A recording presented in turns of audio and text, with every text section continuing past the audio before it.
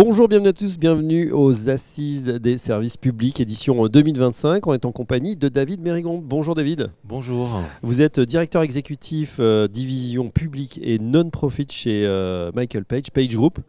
Et avec vous, on va se pencher justement sur ce marché de l'emploi compliqué, du recrutement notamment, David, avec une rentrée politique chargée, mais qui a des effets de bord sur le business. Et je crois que c'est pas évident en ce moment. Quelle est la situation quand on veut recruter des DAF, des RH, des directeurs généraux?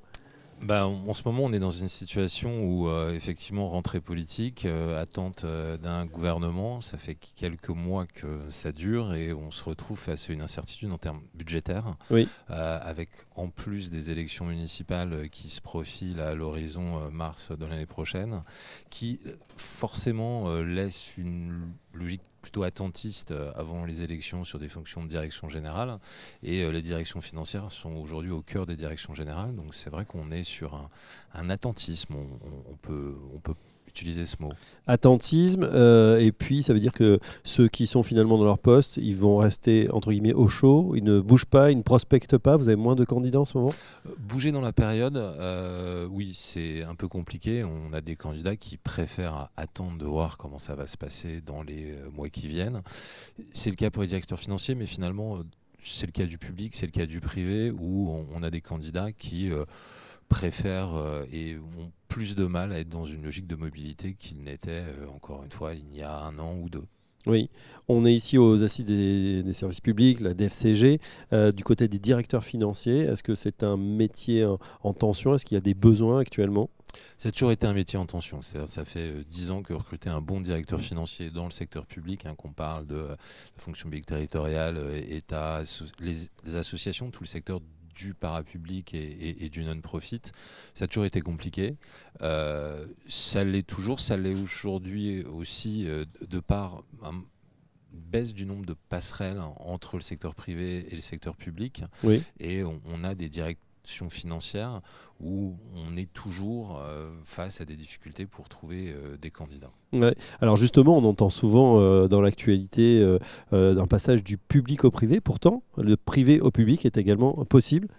Le privé vers le public est toujours possible sur des fonctions plutôt d'expertise, au sens des postes d'expertise au sein des directions financières. C'est quelque chose qu'on a toujours pu constater sur le contrôle de gestion, qui est un très bon exemple, ou sur des fonctions qui vont au-delà de la fonction financière, sur les fonctions IT, sur tout ce qui est système d'information. Aujourd'hui, de par, là aussi, les incertitudes au niveau économique plus global, on se retrouve avec des candidats dans le secteur privé qui font plutôt le choix de ne pas forcément bouger. Oui, on l'a compris.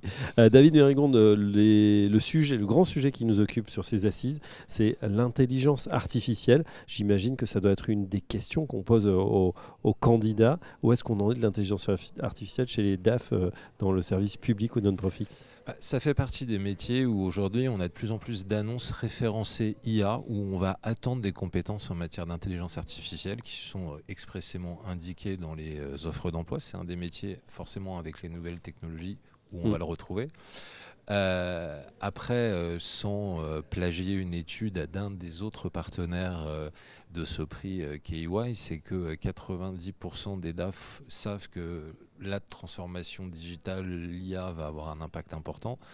Et en réalité, à peine 20% commencent à l'utiliser. Donc on sait que dans toute grande transformation, il y a la prise de conscience et ensuite il y a l'application. Et ça, c'est des choses auxquelles les organisations vont être confrontées.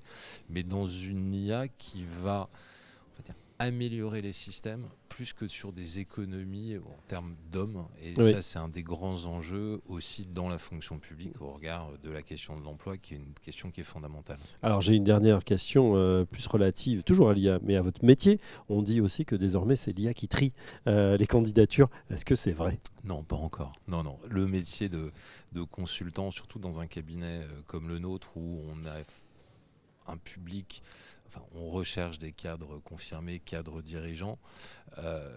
Le le consultant intervient toujours et est toujours au cœur de l'évaluation des profils sur lesquels on travaille. Voilà. Pas encore. Nous voilà rassurés. En tout cas, vous êtes également membre du jury, partenaire du prix du directeur financier, et dont on découvrira le lauréat dans quelques instants. Un grand merci, David Mérigonde. Je rappelle que vous êtes directeur exécutif division public et non-profit chez Michael Page Group. Et à très bientôt aux Assises du service public. Merci beaucoup. À bientôt.